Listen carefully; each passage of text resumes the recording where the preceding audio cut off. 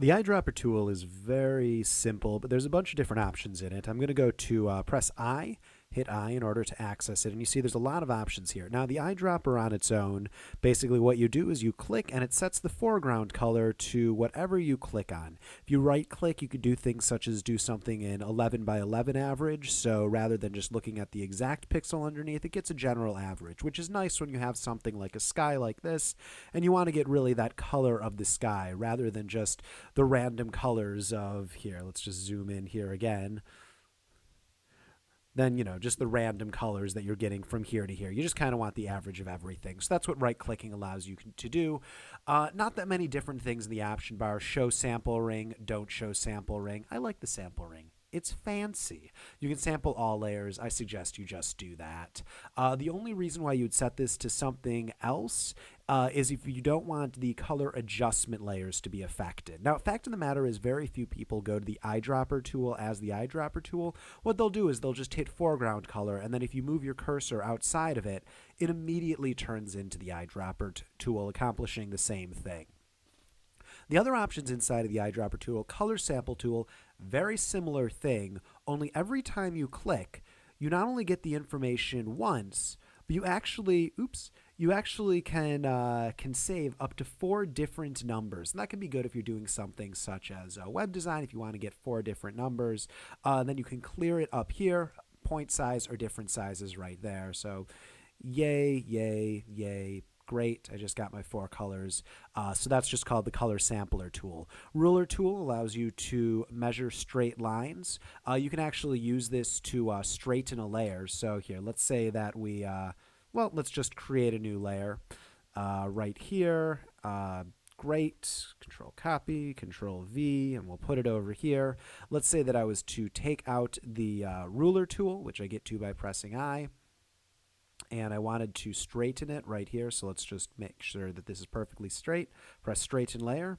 It's a little bit more obvious when I do it in this one. So there we go. It just straightens it however you do. If I were to make it as diagonal as this and press straighten, it would be a lot more obvious with the effect. So that can be good if you have something that's just a little bit cockeyed within the image.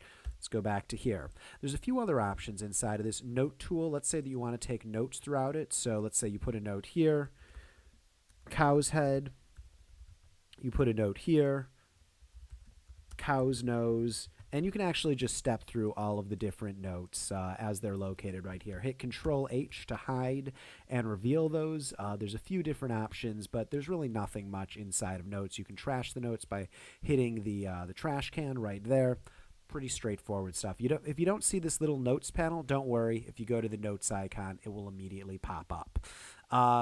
No great options up there. The last one that I want to show you is count. So what you can do is you can set numbers so people are able to understand by number 6, by number 7, by number 8. People will use this in web design just to indicate different parts of the image. I'm talking about that area by number 12.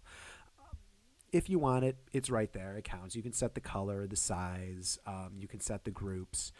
You can create folders. You can make it much more complicated. I don't use this too much, but I imagine there are people who do, which is why it exists. Again, Control H to turn that on and off. There is one more tool here called the 3D Material Eyedropper. And in order to show you what that does, I need to create a 3D shape. So let's quickly do that. Just going to just turn this text into 3D really quickly. Point of this tutorial isn't to show you how to create 3D, so I'm not going to spend much time on that. The point of this is just to show you what the 3D material eyedropper does. It allows you to select over parts of a 3D material, and it will show you which material is right there. And even better than that, if you right-click in this, you can change the material that it's hovering over. So truth be told, this is no different than using the Move tool. When you're on a 3D layer, right-clicking and then going to this Materials tab, but it's just another tool in order to accomplish that right there. I don't think there's too much else for this tool, so let's end it right there. For the full 4-hour Photoshop crash course, click on the link below. And to get more of the tools, just click on this link inside the video itself. Thanks for joining me.